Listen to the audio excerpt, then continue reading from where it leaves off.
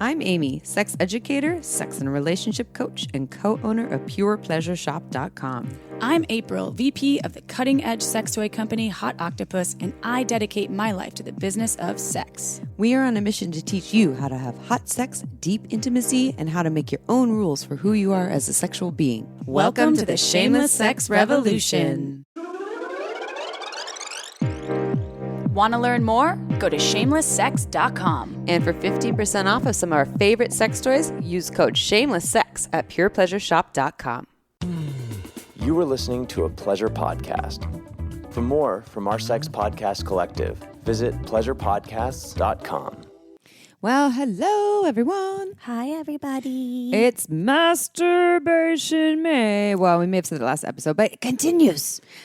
And we were running a little contest giveaway on Instagram. That was really fun. I made a vulva bouquet. No, it wasn't a bouquet.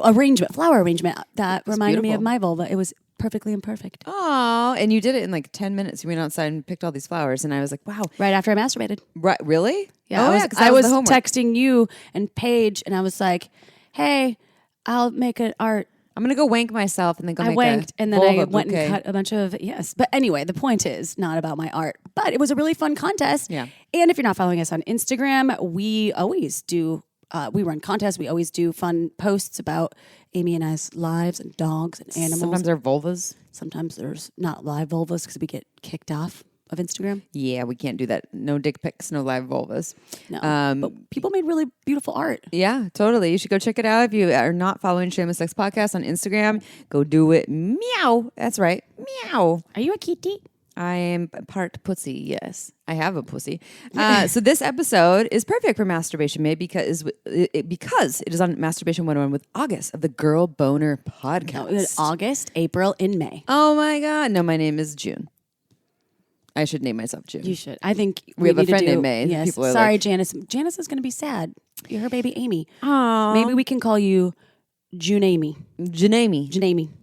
That's a cute name. June from Handmaid's Tale. She's a boss. She's a badass. That's kind of a boss name. That shit's wild. If you all haven't seen that show, we're not sponsored by them. You should go check it out. I am not. We are definitely not. No. I am waiting until they release kind of like 3 episodes so I can binge. So you can binge, because they only released, I think, they're on the 4th, and I think the 5th one's coming out. So I'm waiting for 2 more so I can. Because when you get one, you're like, I need more. And then I also forget what happens. Yeah. And so then I'll rewatch it anyway. But we should have a little Handmaid's Tale night. April, May, June. That's what.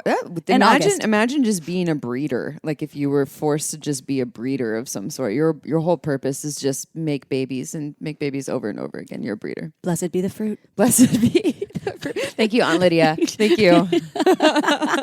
Okay, we have a sex question for y'all about oral sex specifically. But before we dive into that, I want to do a little shout out for our favorite. That's right, favorite, and has been our favorite for many years, even pre-Shameless Sex. Even right when I opened a sex shop, I already found out about this brand, and I became really obsessed with it. And it's called Uberlube. I have to tell you, I used some last night, and it fell on my hardwood floor. It didn't break because it's borosilicate. The bottle is beautiful. It looks like a cosmetic, and it's borosilicate, so it's stronger. So 9 times out of 10, it won't break. Well, they put it in these beautiful glass bottles because it looks nice. It doesn't scream big, scary lube bottle. You can leave it on your nightstand. It looks like a cosmetic or cologne.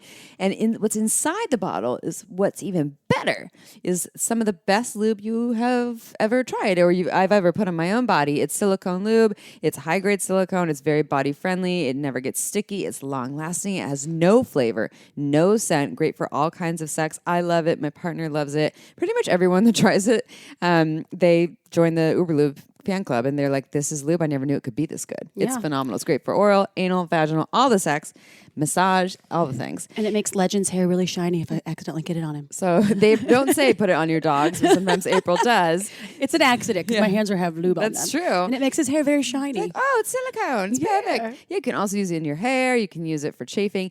Anyways, if you'd like to try the best lube ever, and that's our opinion, but it is. Go to uberlube.com. You use coupon code SHAMELESSSEX, and you get 10% off and free shipping. Uberlube.com. What do you have to lose? Go check it out. All right, you ready for a sex question, Chip? Yeah. I don't even know what it is. It's going to be a surprise. Surprise! That's a surprise. Sorprendido. Oh. Sorprendido in español. Oh, sorprendido. I've been studying Spanish. Hola. Sorprendido. It's hard to say and it's hard like to spell. Serpent, like a snake. Sorprendido. Nice. Like your facial features. I have to really drop into that to get the roll down. I like the lips. Yeah, I know. I was working on it. It's like my Elvis lips again. Oh God, it's good. She's good. Viva la boba. Can't help it. All right. I always make sure to take care of my wife's sexual needs, as infrequent as they are lately. During those rare occasions and encounters, I always perform oral sex and bring her to multiple orgasms. This has nearly come to feel like a chore, as sex is always only about pleasing her. I have very occasionally received a brief manual hand massage, which turns into her just wanting me to finish inside of her. I haven't had any sort of oral stimulation from her in over a year, if not longer. I have found myself searching blowjob POV, so point of view porn, in secret just to get near to the experience, as she considers masturbation to be cheating. I have expressed my desires to her, and she tells me that she doesn't want to hurt me with her teeth, as she's had dental problems in the recent years. I don't use my teeth on her, not sure what I'm missing here. When she would give me oral pleasure in the past, she would rarely do it to completion before either, again, convincing me that I'd rather finish in her or complaining of her jaw aching too much to continue. Am I approaching this in the wrong manner? Do most people just generally not enjoy giving blowjobs? Or is something off-putting about my penis or behavior that she just isn't telling me? There's a lot of questions in here. A lot of questions. And a lot of information. I feel like we have all of the information to postulate a nice conclusion. Let's postulate. Postulation.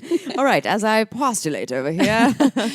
You gotta get that checked out by the doctor, Amy. Oh, shit. My postulation. Your postulation. Shit, that sounds like a gnarly STI. Oh, God. No, that's a lifer.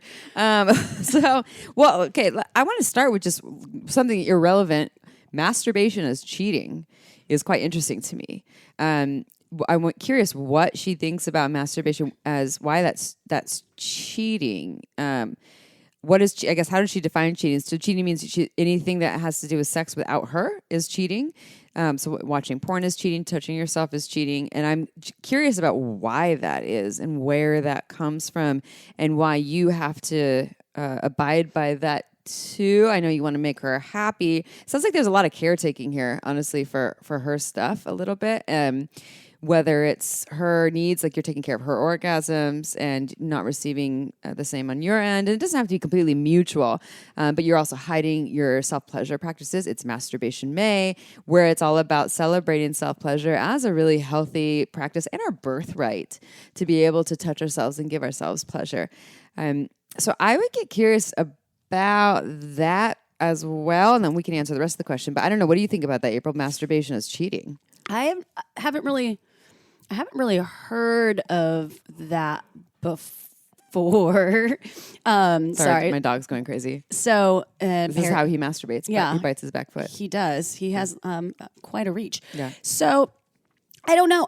I honestly think that I guess there has to be some sort of reasoning perhaps behind that, and it would be something that would be worth exploring because masturbation, I get it. Maybe I could feel if you're watching porn and then you're masturbating to the porn, maybe you're not thinking about the partnership or something. Why do you need to fucking think about the partnership every time you pleasure? I'm not saying that you do. I'm just saying I'm trying to reason with perhaps giving an idea about why that she feels this way. So I haven't really heard of this, and that means I was cheating when I didn't have anyone. So if I masturbated when I was 4, you were cheating on yourself. I was cheating on myself. I mean, it's the same kind of thing of like you should never look at another person. You should only desire me. Monogamy is forever. And to me, it's like my question is, where does this come from? You know, why is someone so uncomfortable with their partner touching themselves and having an orgasm without them? Especially in this case when they're not interested in touching you and helping you have orgasms too. It doesn't really seem very fair to me, but also doesn't really, I guess. I don't want to say, let's see, I'm not going to say it's not rational. I'm just curious. Where does that come from? Why is that a belief? And why do we think that it's our job to give our partners all their pleasure, or our partner's job to give us all the pleasure, and that no one else should be doing that on their own? Also, what about mutual masturbation where they're facing each other and masturbating to learn about each other's bodies and what each other likes. I mean, that wouldn't be that may be a way to introduce masturbation into the relationship without being shamed as cheating, right? As an idea. Yeah, but I think people, yes, I hear what you're saying, to introduce it. And I think it's just still their birthright to be able to go touch themselves when they want to. And for a partner not to say that's cheating and that's wrong. So yeah, I would get inquisitive about that piece. And that's not even really what they're asking. They weren't even asking about that. But I think that it's a really important point. The whole part about you expressing, hey, I'd like to receive oral sex as well. I'm giving to you a lot and I'm not really receiving much. And then your partner's saying that they don't want to hurt you with their teeth. And then you're like, well, I don't use my teeth. Okay, now I'm going to side with her a little bit. Putting a cock in your mouth is a lot. It's a lot. We do have teeth, whereas going down on someone with a vulva, we don't have to usually put a whole vulva in our mouths, like beyond our teeth. So teeth aren't usually much of an issue there for a lot of people. I don't know. You've gone down on a vulva before. Was teeth an issue for you? I've never gone down on a pussy. Not really. No. Now, what about a cock in your mouth? Not at all. Cock in the mouth, yes. I have a small mouth as well, so in a really fast gag reflex. So a lot of times I'll be like, whoa, whoa. And sometimes it can be hot if I can really drop into it. And teeth, when you're giving blowjobs for a long period of time too, you get that that, I don't know even how to describe it, in your mouth where you have some of the, like from your teeth, like hitting when you're putting your lips over your teeth? lips over your teeth like this. You get like little abrasions. Oh, on your gums? Yeah, on your inner lips. I do. Yeah. And I talked to other friends about this, and I was like, yeah, what about long blowjobs? And my friend was like, someone was like, oh, do you have like the abrasions all over their inner, like by your lips? I was like, I do. Sign of a good dick sucking. Yes. And so there's some hazards that come with a lot of blowjobs, and I guess I don't think that they're approaching this. I don't think you're approaching this in the wrong manner either. She's pointing the finger at him. I don't want to hurt you. You just want to come inside of me, as opposed to being a mutual thing. And you said you've expressed your needs and your desires, but have you truly sat down and shared, in honor of nonviolent communication, what the issue is, what it is that how you're feeling about it, what you have a need for, and what you're requesting more of? Have you really conveyed the importance of receiving pleasure or of being able to touch yourself, and shared, hey, I know that you don't think masturbation is okay, but I've started finding myself looking at porn where people are getting blowjobs because I'm really desiring that. And I want to talk to you about making more room for masturbation in our relationship, but also I really am craving to have some experiences with your hands or your mouth on me, and it's okay if your teeth hit me. That's okay. And here's the other thing about blowjobs.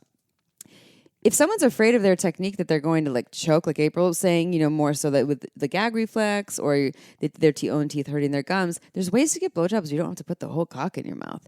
Realistically, most of the nerve endings are on the head of the cock anyway, so you could just focus on that and use your hands on the rest of it. So I think it sounds to me like there's a deeper thing going on, whether it's she has some personal stuff with blowjob stuff, maybe she has some trauma in the past, like someone pushing her head down or... Yeah, well, it is possible with when she talks about her jaw aching, she could have TMJ or some sort of an issue with the lockjaw, or that is a thing. I mean, everybody's different, and if there's some oral surgery involved prior to this, and the trauma piece is huge. Another question in here was, do most people just genuinely not enjoy giving blowjobs? I know plenty of people that love giving blowjobs. I love giving a blowjob. That absolutely adore it. But if it's goal oriented, where the person's like, no, saying I need to be able to come from this, and half an hour has gone by, that feels like too much pressure for me.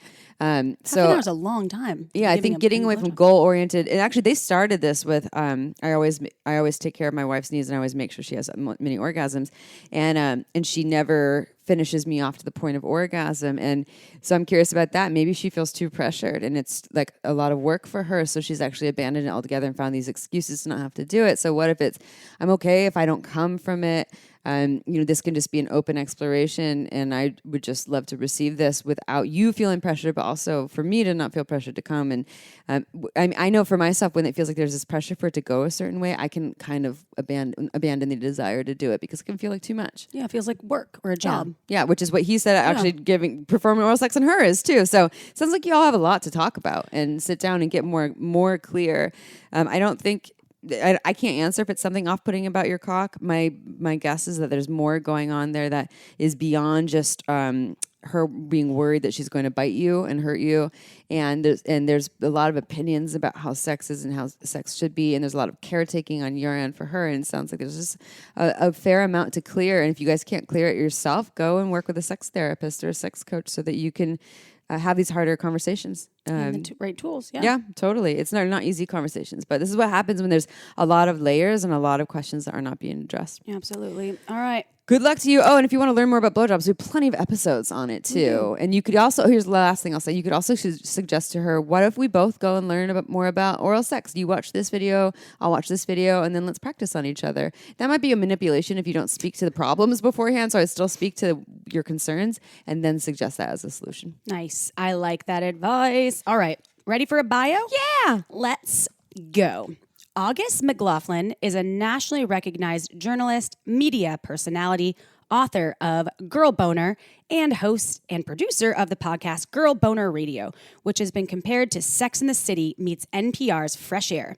Her articles and expertise have been featured in a range of publications like Cosmopolitan, The Washington Post, Dame Magazine, The Oprah Magazine, Forbes, Shape, Elite Daily, and Bustle.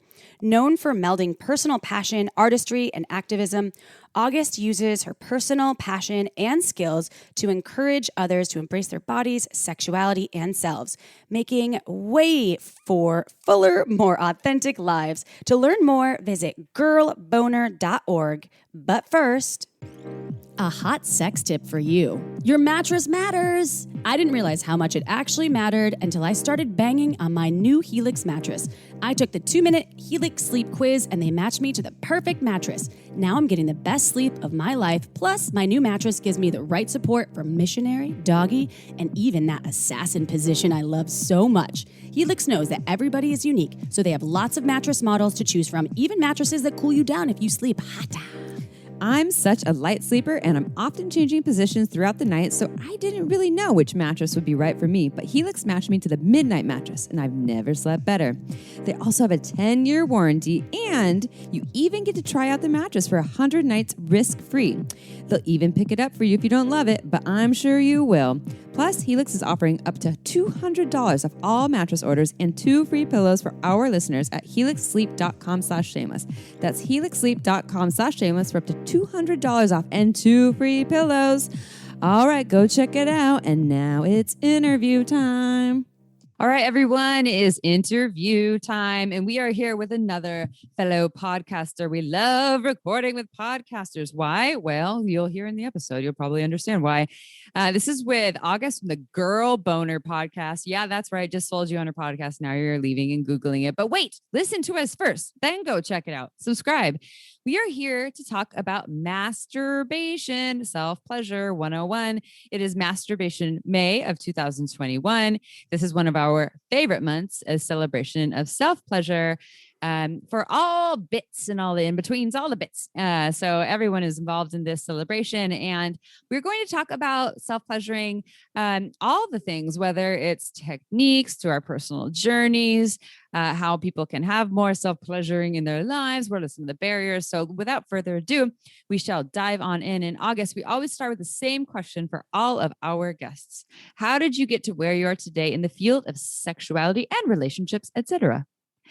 Gosh, well, like so many people, I learned very little about sex or sexuality growing up. And I also struggled with a lot of really severe body image issues. And when I was in my late teens, I left Minnesota, where I grew up, for New York and then Paris. I was in the fashion industry and I was working as a model. And one day while I was running along the Seine River, I collapsed. And I was shortly after diagnosed with anorexia. And it was such a just wild experience because when you're in that place, you don't see it, you don't believe it. I was like, these French doctors don't know anything, but I knew that there were problems. Obviously, I had a lot of challenges. And so I ended up just going back to Minnesota because I was like, I kind of was at the end of my rope as far as feeling like I had any purpose in life. And I decided to, while I was in treatment, take some college courses. And treatment was going like, okay. In parts of it, I was starting to feel a little bit, it was helpful. And in other ways, I felt like it was I was getting worse. And while I was in one of these classes, the professor stood up before the classroom and said, we are going to talk about sex today. And I had one of those incredible light bulb moments where I realized I had never really talked about sex, even with the person I had been having it with. And that just made me so first curious. And then very quickly that turned into this like healthy anger. And I started to really explore, like, why didn't I learn anything? Why do I feel this way about my body? Why didn't I really know where my clitoris was at the time? Like, there were so many factors that set me into this sort of like spiral that I sort of haven't left years later.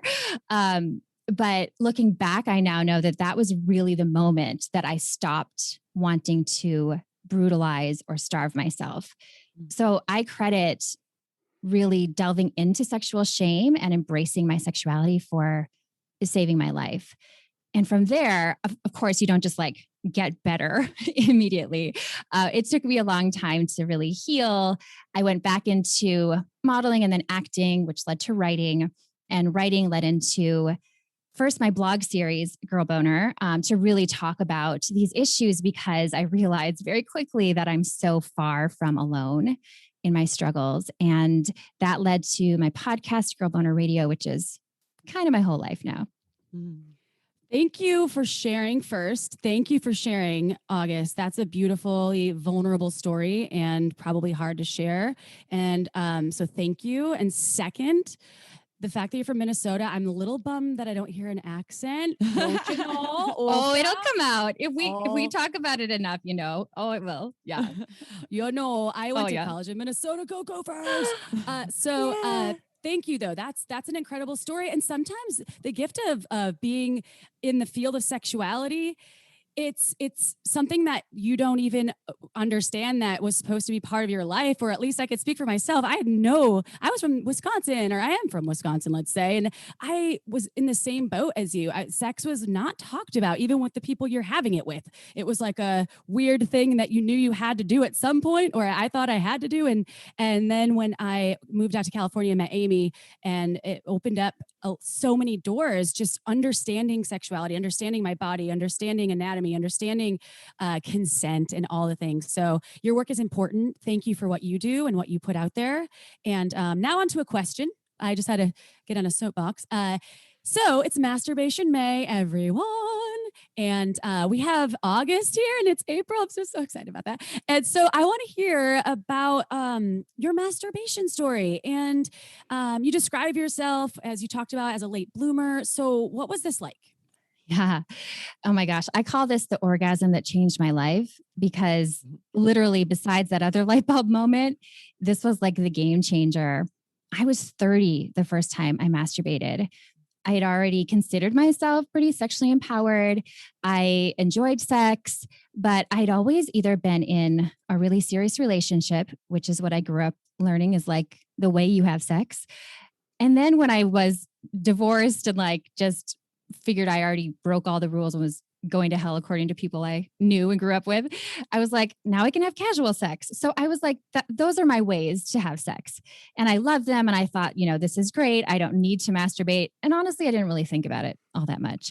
And when I was 30, I was already in a really serious relationship, wonderful partner. And I had this night where he was out of town on a job. And I started to feel really like bluesy, kind of not depressed clinically, because I know that, and it wasn't that, but just like this weird kind of foggy, fatiguey sadness.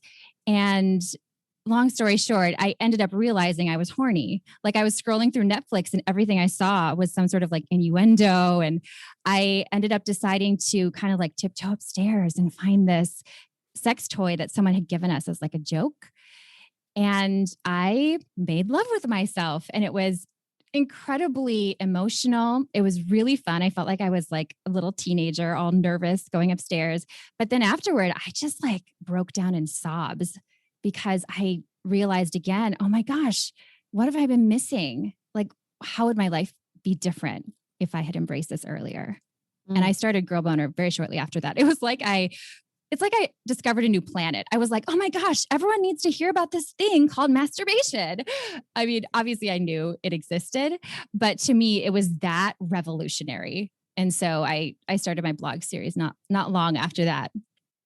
You two have a lot in common with your Midwest upbringing and divorcees who then had a little wild single era. I remember April calling us, "I'm now a divorcee," and I can just tell the story a little bit. But April, there, like I remember you discovering a lot about yourself and your sexuality when you had that spaciousness and that freedom, and a lot of it seemed like a lot of reclaiming. Although April, you started masturbating when you were like 5 with your teddy bear, correct? Is that when you started? That is correct. I am on the record on that, officer. Yeah. Barry, your Barry did it to me. Barry did it to me, I swear. It was Barry's fault. So and so I guess since we're telling the stories here, April, can you elaborate a little more? But was that just something you didn't know what masturbation was? It's just something that felt good and you just started to explore it at a really young age? Yes, I don't remember when it started, but it was a Christmas, and I got Barry, and Barry had a red dress for Christmas, maybe, and had a very nice nose. And so I ended up at some point, I don't know how, but I think I just started humping it, because it felt good. I know that I was. And my mom's told me a couple times that I would like ask a lot of questions about my genitals when I was little. And my brother and I would take baths together, and I would be like, "What's that? And what's this?" And I was 3 or 2 and 3. I don't even remember. And she said I always was very curious, but I wasn't like touching myself in front of her ever, from what she tells me, because I was like, "Did I masturbate in front of you ever?" And she's like, "No, that would never happen." And so the bear must have just been me being like, "That feels nice." And it was not a hard nose; it was a soft nose with like stuffed with like stuffing. So it wasn't like a hard plastic nose; it was all cushiony. So I really had to work at that one. That's so interesting. And then it was getting flatter and flatter, though, by the way. After the years, it would like flatten out. I was sorry. Well loved. Yeah, your mom later in life, now that we have the podcast, is like, "You used to masturbate with Barry. Oh my God." And I think that it can happen in so many different ways, right? Like so you just discovered pleasure at a young age. I was a little more similar to August in that I wasn't raised with a lot of shame around sex at all. I did like, I would like check out my vulva as a young person, but I was more like, what is this? And like the smells and things. I remember once like really being into the smell and going up to my mom, be like, "Smell this" on my finger. And her reaction was kind of like, she didn't say she knew what it was, but it was a little bit, and I wouldn't call it shaming, but a little bit surprised, like, no, or something like that. And I was like, "Oh, it's not good to put your smell on people's faces," which didn't create a lot of shame around that. It was just more like, maybe you don't do that. But I didn't actually, I wish I was a young masturbating child, because I think that it helps people to really understand their bodies at a younger age, kind of like you, August, like what would have been like if I started younger. For me, it was more like 18-ish in high school, trying to touch myself with my hands. Nothing really happened, and ordering my first vibrator, a rubber jelly, crappy, nasty, veiny vibrator that made of toxic materials that didn't do anything for me. Everyone, if you want high quality vibrators, go to purepleasureshop.com. We don't sell any of those. I own that store with my mom. You get 15% off with coupon code shameless sex, because we only do high quality, non-toxic products. And then I did order one later that was more body friendly, and it was really powerful just for my clitoris, and I had my first orgasm from a vibrator. The pocket rocket. I remember you told me it was a water dancer by Vibratex, but same thing, like a pocket rocket. And so anyways, I had to really learn. I did learn it for myself. It just wasn't for my hands. And I had already had sex with maybe like 4 or 5 people by that time. So anyways, I just wanted to kind of express the diversity of first time experiences, that there's nothing wrong with anyone whenever it starts. Maybe you're 16, you never have. because it's all normal. It just really depends on our upbringing, whether it's the messages or us just discovering that sliding down the pole on the playground felt good at a young age or not. So August, question for you. What does masturbation mean to you? I know. So one other thing about the term masturbation, I believe it's been utilized in a way that has been kind of negative in terms of religion and a lot of shame and masturbation, and I think originally at one point, I don't remember what context, but it meant to soil one's hand. And so sometimes we say self-pleasure instead, but let's just say masturbation also means a good thing. Let's take it back. What does masturbation mean to you? Why is it so important for someone? Oh gosh. For me personally, it's such a powerful form of self-care, connection with myself. Really, I think the connection with myself is the biggest thing. It definitely changed the way that I approach sex with a partner in really positive ways. I really think I used to feel kind of entitled about sex because of these messages we receive that, I'm a cisgender woman. I've only been in relationships with cis guys. And so for someone like me, when you grow up learning, men are always turned on, and, I thought, well, I orgasm with intercourse. And so I just thought, that's what I do. I can have it when I want because they're always going to want it. Like, those weren't the actual thoughts I was having, but looking back, I can see that was a factor. So I always felt just like, oh, if I need to have that feeling, I just go out and I just have it, which sounds really snotty as I say it. But I think it's an important thing because I think we absorb these weird messages about it. So I know it would have changed the ways that I approached all of my casual sex experiences and relationships, because what would happen would be, since I thought I had to be in a relationship, I would get into relationships coincidentally when I was horny, like every time. And it wasn't even dawning on me that, oh my gosh, I could have just had sex with this person.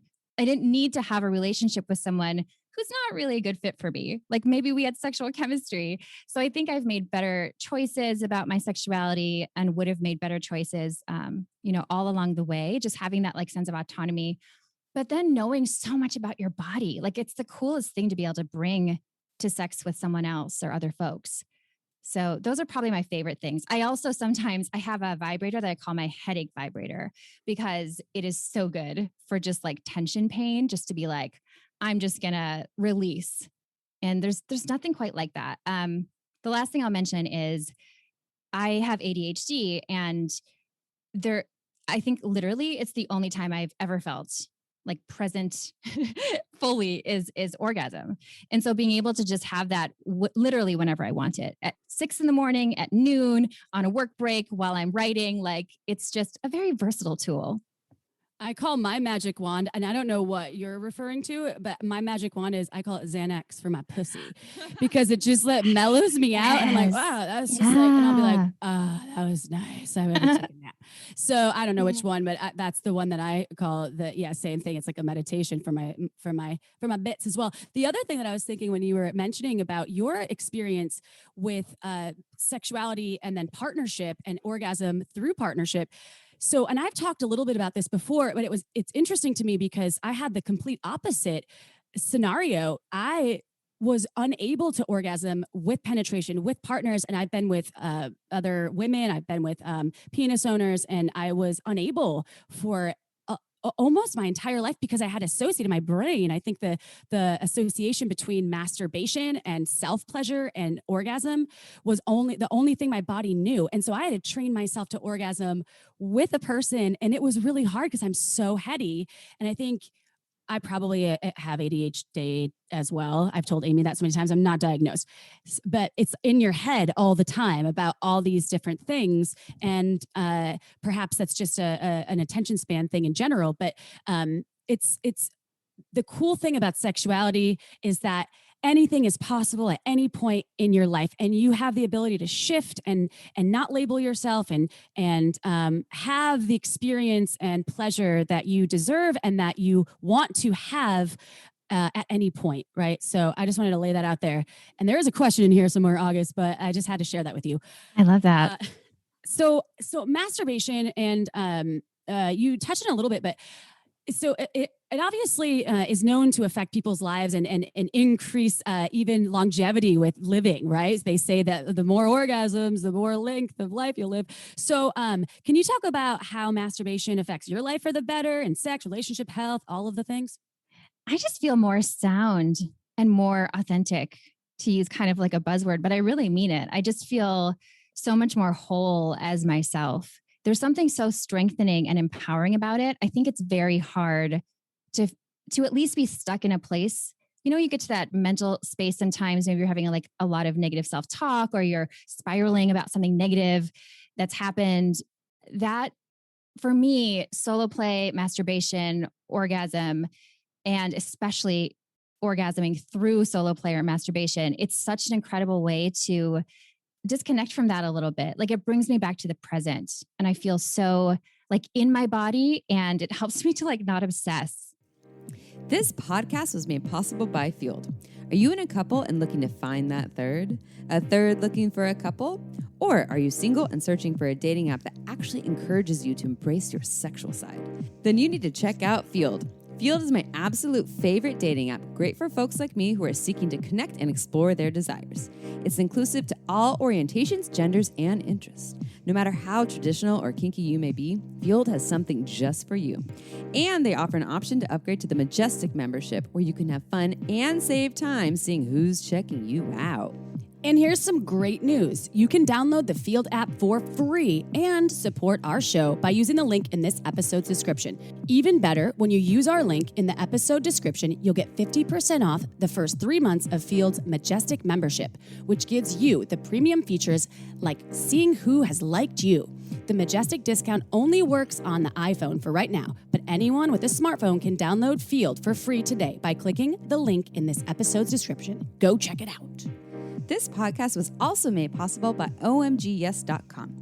OMGS is a research-based online program that teaches you all about how to pleasure the pussy.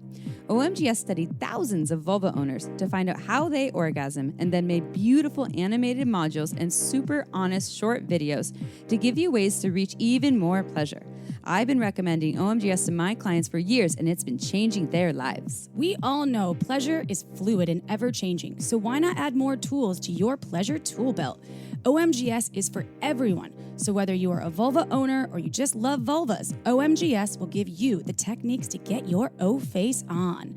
There are 2 seasons to choose from and hundreds of gorgeous videos to explore, so go see what science says about pleasure and visit omgs.com/shameless. That's omgs.com/shameless to get $5 off your OMGS access. Again, omgs.com/shameless. Go check it out. Now back to the show. I'm curious, I know that you speak openly about this with that you've been diagnosed with anorexia, and I'm curious with having a past with an eating disorder, and so on the health front, how or if self-pleasure and the awareness or the aliveness or the connection that comes from that, if that had some effect, positive or negative or whatever that is, on that aspect of your life. It definitely has. I really thought that the first time that I experienced that orgasm by myself, I really thought at that point that I was fully past not only the eating disorder, like I was past the active parts of it, but I also thought that I was past any sort of like body negativity. I felt like I had a pretty neutral relationship with my body in a good way. But there's something about, like, I actually visually saw myself in a mirror, like all like red, and inflamed in this really erotic kind of a way. And I saw a beauty in me that I had never seen before.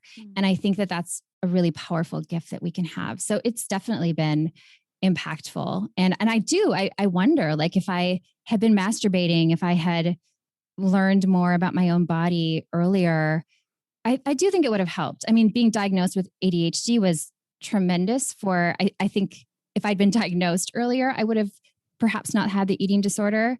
I do think it was like a complication in a sort of a way. But that said, I wouldn't have survived long enough to realize that I had, ADHD as well, without having those epiphanies and really owning my sexuality. So I think it's all really connected. And I think it's a very healthy thing. I find it very fascinating that in all of my eating disorder treatments, and I tried all the different things like dietitian and day programs and all these, seeing a doctor and the things that they ask you about every aspect of your life, it seems, but nobody ever asked me a single question about my sexuality. And I do think that would have made a difference. Like if someone had said, do you masturbate? I might've gone, oh my gosh, maybe that's something I should do instead of just feeling like stifled in that way. Mm-hmm. Yeah, that makes sense. It does make sense. And I think that I don't know. I think that masturbation and self-pleasure, it does tie into so many facets of your life that you probably don't even recognize if it's not a regular practice until you unleash the beast. And then it's like, oh, wow, this is so fun. And I love normalizing masturbation. And when I watch like old episodes of Sex and the City and they have that Charlotte gets addicted to her rabbit vibrator, or when I watch like that sex education show, I obviously am stuck at home sometimes and binging Netflix, but there's that sex education show from the UK and the girl had never masturbated and she's actually like called in sick to school and masturbated for 2 days. And it's like, I love normalizing when the media normalizes masturbation. And we all have sex podcasts here, and it feels like people's curiosity is expanding and growing, and they're becoming more comfortable with the idea of self-pleasure and just their sexuality in general. I think that's so cool. And I feel like this is the sexual revolution period, like the 60s was on some level, and now we're in this like new phase. So it's a good time to be in the world, and yay, go sex podcasters, and yay for you listening out there. Woo, yeah. So if there's people out there right now that listen that maybe they think it's hard to masturbate or to make time for self-pleasure, do you have any tips for those folks? Yes. So for someone who has never masturbated, but does experience pleasurable sex with other folks, I think a really powerful practice is to approach masturbation as though you are reenacting sex with a partner. That's what I did because I didn't know anything else. Like rubbing on the outside didn't work for me. And so I literally humped a pillow, but with a toy, and the pillow was like, a partner. But literally I was at the pose that I would have been in, like the position I would have been in some of my most pleasurable sex. So I think that can be really powerful. I think if you feel like you don't have time, if you really don't have time, first of all, that needs to be addressed first. I think it's really important to be able to take care of ourselves. We have to sleep, we have to eat, we have to have support systems in our lives and have community. But if you're more like, I just kind of feel like it's too much work to make the time, then I think it's really important to reflect on whether you prioritize your own pleasure at all in any aspect of your life, because I found a big correlation between, whether or not you will prioritize your own pleasure outside of sex and also masturbation, like if that feels, or sex in general.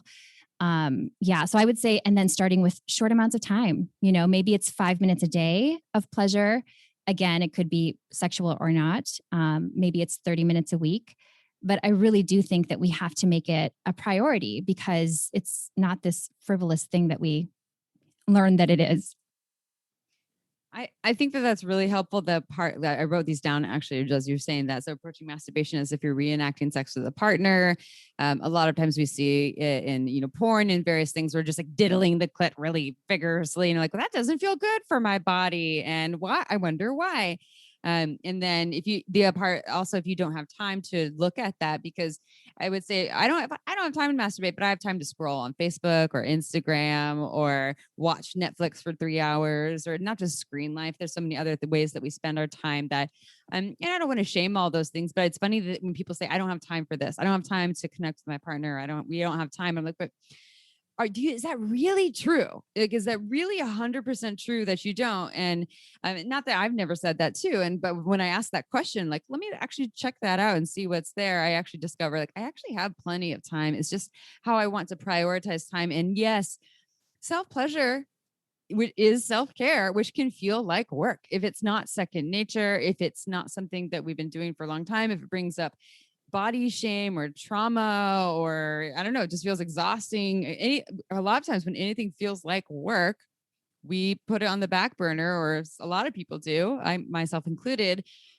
because it can feel exhausting. But sometimes for me, it kind of feels like, do y'all experience this when you're a kid with a bathtub, right? When my mom be like, time to take it out. I'm like, no, I don't want to, because it feels like work. But then when I get in it, I don't want to get out of the fucking bathtub. Like, yeah. Time to get out. No, I don't want to. Kind of like I'm still like that with showers. I have to like get forced to wet myself, and then I'm like, oh, this is really nice. Well, and then also with self-pleasuring, right? It's like, oh God, sometimes I don't know. This feels like it might be a lot. And then when I'm in it, I'm like, I don't want to put my vibrator down. This feels amazing. Yeah. I'm curious on two things. One, if you have any tips for techniques or different touch styles to try, can be for vulva owners, penis owners, etc.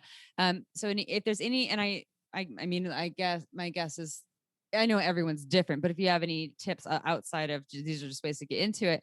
And then we've talked a lot about sex toys. So my guess is that, I'm not going to speak for you. Our motto here is, as pleasure is pleasure. So if someone's just getting off the sex toys, there's nothing wrong with you, right? Unless that's something you want to change, then you can change that. But pleasure is pleasure. But so what are your thoughts on tips for techniques, different touch styles to try, how to approach that? And then on sex toys and using those to learn or just for regular self-pleasure practices? Yeah, I think it's really important to, to embrace whatever our favorites are. Like, I think we can get into kind of what they call like scripted sex, where it's always the same. And that's the same with solo play and masturbation as well. But I think that it is a wonderful thing to work in some novelty, that doesn't make the other, your favorite, less exciting, but to try different things can be helpful. And I think that so often the tips we hear about sex, we put them so often into like partnered sex. And so many of them apply really well to solo play. And one is doing like orgasm control, AKA edging, where you get really close to orgasm and then you stop, cool down a little bit, get really close to orgasm, stop, slow down a little bit.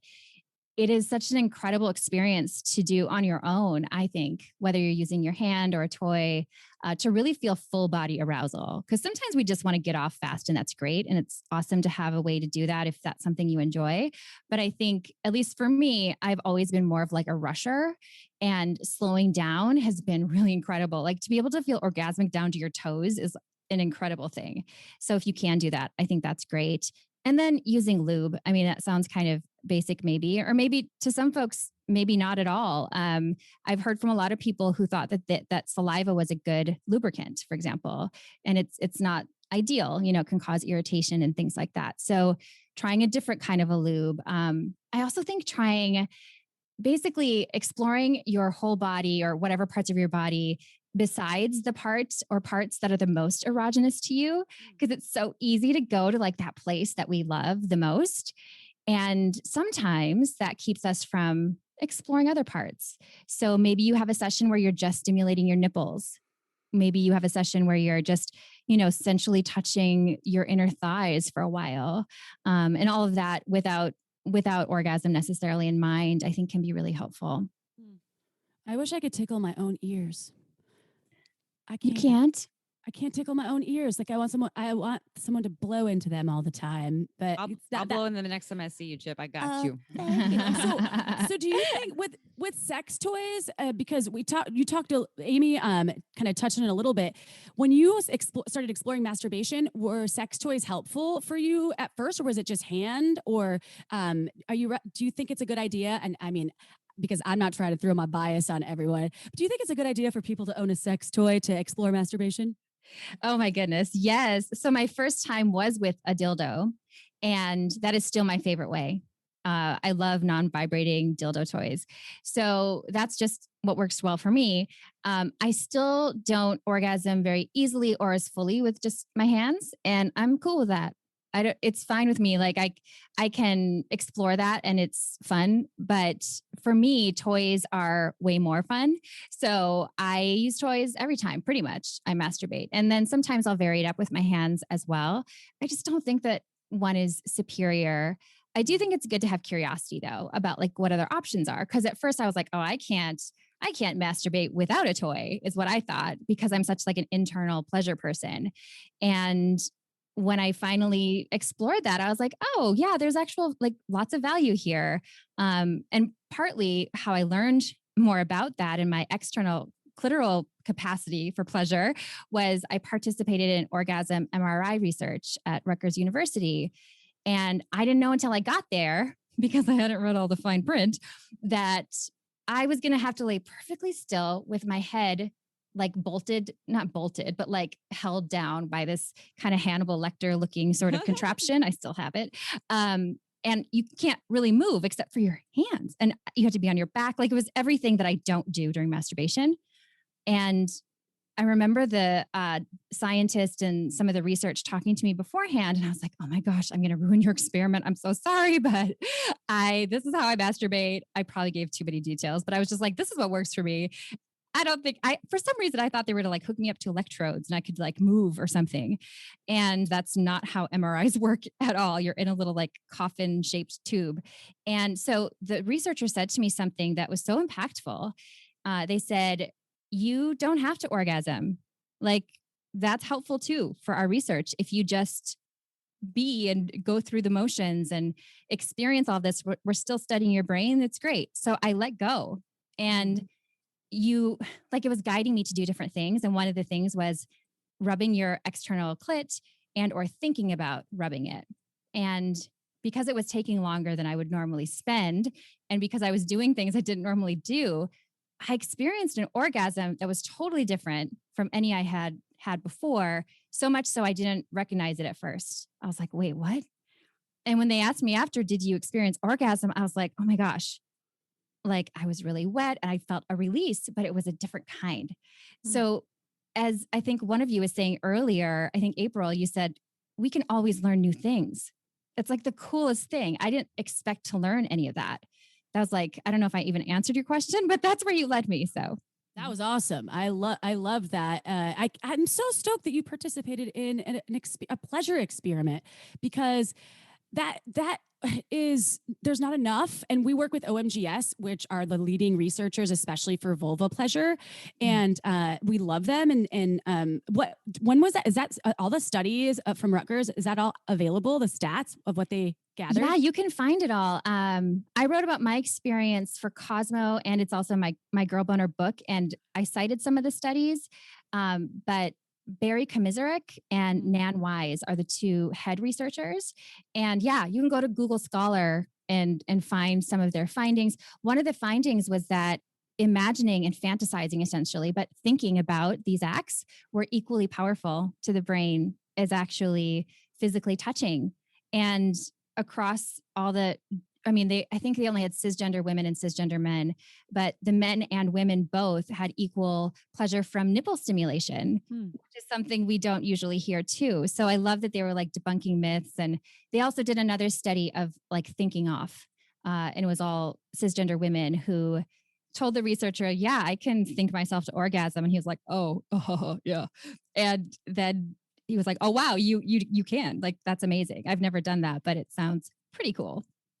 I like the idea of thinking off. That's awesome. And we know that people can have sleepgasms. I have a sleepgasm almost like probably once a month or so, where I wake up like, yeah, I just had like 10 orgasms in my sleep. And it's not like I'm ejaculating. There's a whole bunch of fluids, but I definitely feel like it happened. Amy, I have to tell you this. And August, since you're here, I had last night a sex dream that I had sex with Prince. Nice. He was in a pink velvet suit, and we were at one of his shows, and he was like, "This is my girl, April." I felt so fucking special, and then we banged it out, and it was super hot. Just last night, you just reminded me of that. I had to tell you. You just made my Minnesota heart so happy. And Prince lived there. This is like so amazing, and you're from Minnesota. Prince is from Minnesota. Oh my god. Anyway, that just made me have a mini emotional excited orgasm internally.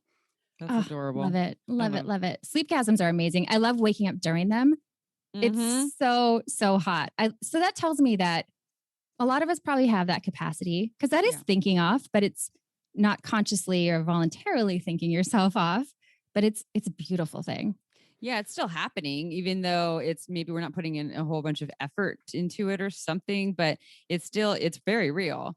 And also people can breathe themselves into orgasm. And there's people who get, injuries, spinal cord injuries, like with April's line of work with Hot Octopus. They've done studies with people who have spinal cord injuries and can't get erections anymore. And they can learn to still either have orgasms in an area that they can't have erections, or maybe even the same sensation, or they learn to eroticize other parts of their body with enough time, patience, and focus. And I think that's a good takeaway too. If self-pleasure and orgasm or orgasm is challenging for you in any way, to know that your brain is your largest sex organ. It's responsible for 90% of our sexual experience. And with enough time, energy, dedication, we can learn so many ways to be aroused and erotic. And I mean, the world is our oyster. So is my pussy. Hey. So how can people probably want to learn so much more from you. We have a limited time here, but you have a whole podcast. How can people find you, work with you, listen to your podcast, all the fun things? Thank you. Yeah, you can search for Girl Boner or Girl Boner Radio on whatever app you listen on. And kind of a good home base for me is girlboner.org. Just don't type it on Facebook or Instagram because they blocked that link. You could just go to augustmclaughlin.com, which is harder to spell, but there you go. Thank you, August. The work you're doing is amazing. And I love that you call your radio and your show and you're named Girl Boner, because people don't understand that actually clitorises can have a boner too. So I'm sure you talk about that all the time, or most of the time, or sometimes. Yeah, I do. It should be. Yeah, it was the start, basically the start of my blog, my book, and my podcast all start with me sharing my curiosity about girl boners when I was 11, because I remember learning about the quote unquote male erection in that, awkward sex ed class where like the, thing on the screen, they're showing pictures and male quote unquote, again, pleasure was alluded to. And I was like, so curious, like, well, something great's going to happen to me. And I learned nothing great. And then I heard someone on the schoolyard just saying, boners, blah, blah, blah. And I was like, oh, that's a boner. I was like, what about girl boners? So yeah, it's a big passion of mine, is that women, people besides men, experience not only erections, but equal pleasure, sometimes more pleasure. We are all sexual beings. Hell to the yeah. So check out Girl Boner Radio, y'all, because August is such a fantastic human doing all sorts of fun things. And for all of you out there, I just want to invite you to do one thing for me right now. It is go to iTunes, rate us, review us, give us 5 stars. It just helps more people learn about sex, learn about sexuality. And it only helps get the word out and find people like August and what she's doing. And we appreciate it. And we read every single one. And I XOXO you for doing that and taking the time. So thank you. Also, if you don't know, now you do. We love wine, not. Amy loves wine. I love wine. I also dip in tequila sometimes. Okay. It's a shameless admission, but check out marginswine.com because she has a new release twice a year, every 6 months, that is. So right now she has some available. Check it out. You can save some money too by using some coupon codes that you can check out on our website, marginswine.com. That was for you, August, because you said you like when I sing. So I did that. I did that do. for you. Thank you. I love it. Encore. All right, y'all. So ciao for now. Want to learn more? Go to shamelesssex.com. And for 15% off of some of our favorite sex toys, use code SHAMELESSSEX at purepleasureshop.com.